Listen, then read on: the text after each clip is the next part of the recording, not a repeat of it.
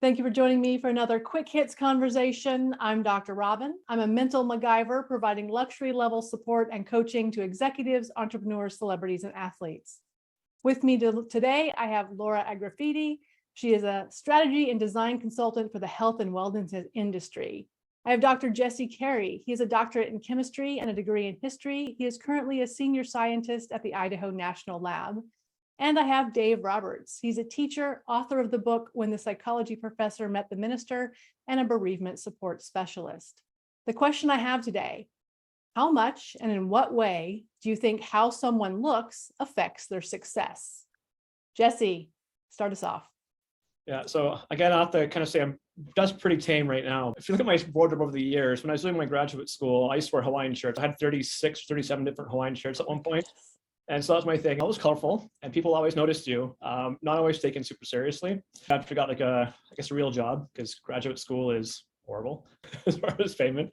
Yeah, it's hard to get some extra clothes, but that's like some fancier shirts. So put the tie on and stuff, and it's amazing how much more, not so much respect. People do take you a lot more seriously. And obviously the premature gray gives me a bit more of the seriousness of things going on. It doesn't have to be a starch white shirt with like a black tie and a fancy like suit like that. It has to be something that looks kind of polished and that looks well together and well maintained, and it kind of suits that whatever your personality is. And that can be really helpful to then be taken seriously. I guess like one of those tech bros, and basically a t-shirt and disheveled hair. It works for them, but I think that's pretty much a unique area where that's going to work.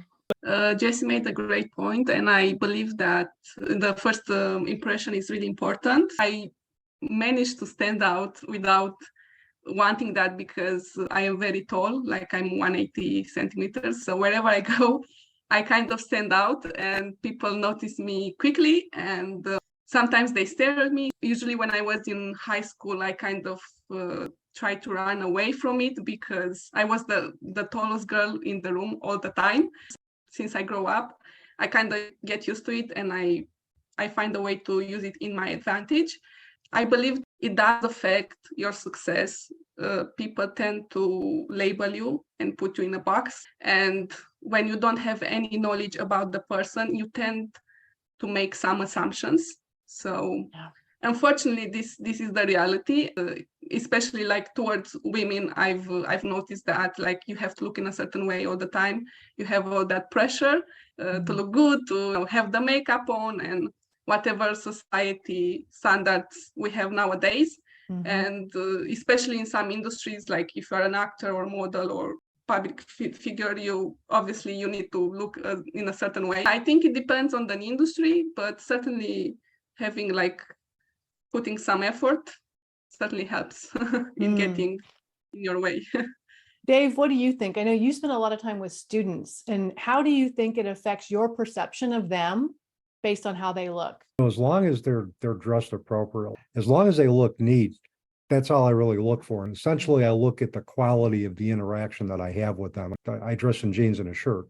So for that setting, casual dress is important. If I came in like a three-piece suit, my students probably wouldn't recognize me, or they might not be as comfortable interacting with me. So I think as long as the dress is appropriate for the environment, it's all good.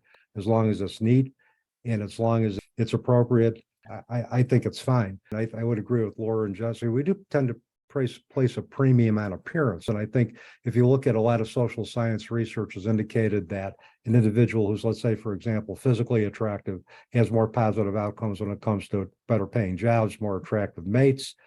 But the other piece of that is if the quality of our relationships aren't good and we're not happy, what good is physical appearance? What aspect of physical appearance are we placing a premium on?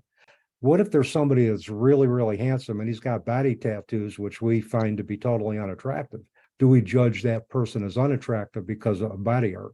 Or conversely, if a person is physically unattractive and they have attractive body art, do we judge that person as being attractive to us? So beauty essentially is in the eye of the beholder anyway. And how we judge appearance is going to depend on our frame of reference. I'm glad you brought that up because I have personal experience with this. Having classically attractive bone structure, I have been told on more than one occasion in my life that I'm too pretty to be smart. I don't know how those two things are related, but apparently they are. And so, Dave, I know that the science shows that if you're attractive, you tend to have better success.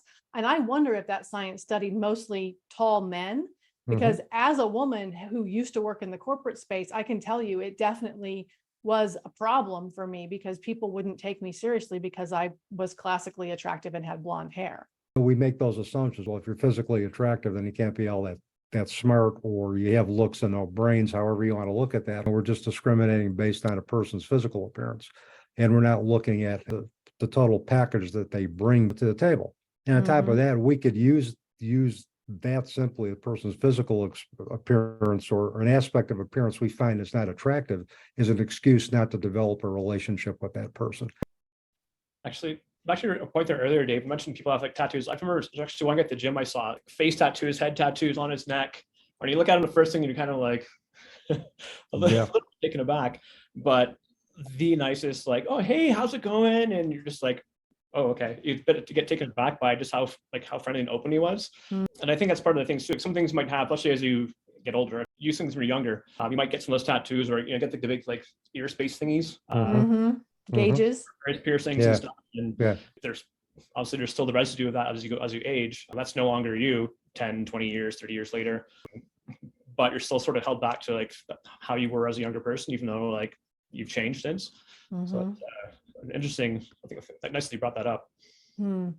So how do you overcome that? Not as the person who might be discriminated against, but as someone who, as human beings, we make assumptions. It's what we do. So how do we catch ourselves doing that and give the person, like you said, Jesse, the chance to be that person that might be different than what their appearance first makes us assume? I think giving space is very important. And even though like you make an assumption in your mind, like for a second or two there, it's important to kind of take yourself a step back and just give the opportunity of the person to see their personality, if they're friendly, if they're warm. Because for me, it happened a lot of time to meet people that were looking really good, but the first moment I interact with them, it was like nothing, like they were empty inside. So for me, it's kind of easier to gravitate towards the other side, let's say, and I'm very much open and tolerating any kind of appearance in a way that it's clean and in the boundaries, let's say. But I say giving space and being aware of that, like of yourself, how you could react, and just not make assumptions, maybe not the ones that people will notice right away, will be a really good way to let that person, show you their personality. Dave, how do you catch those assumptions? I think one is to continually be self-aware before you go into any situation in terms and also what do you want to get out of that situation? What are you looking for? Are you looking to develop in a relationship? Are you looking to get to know somebody?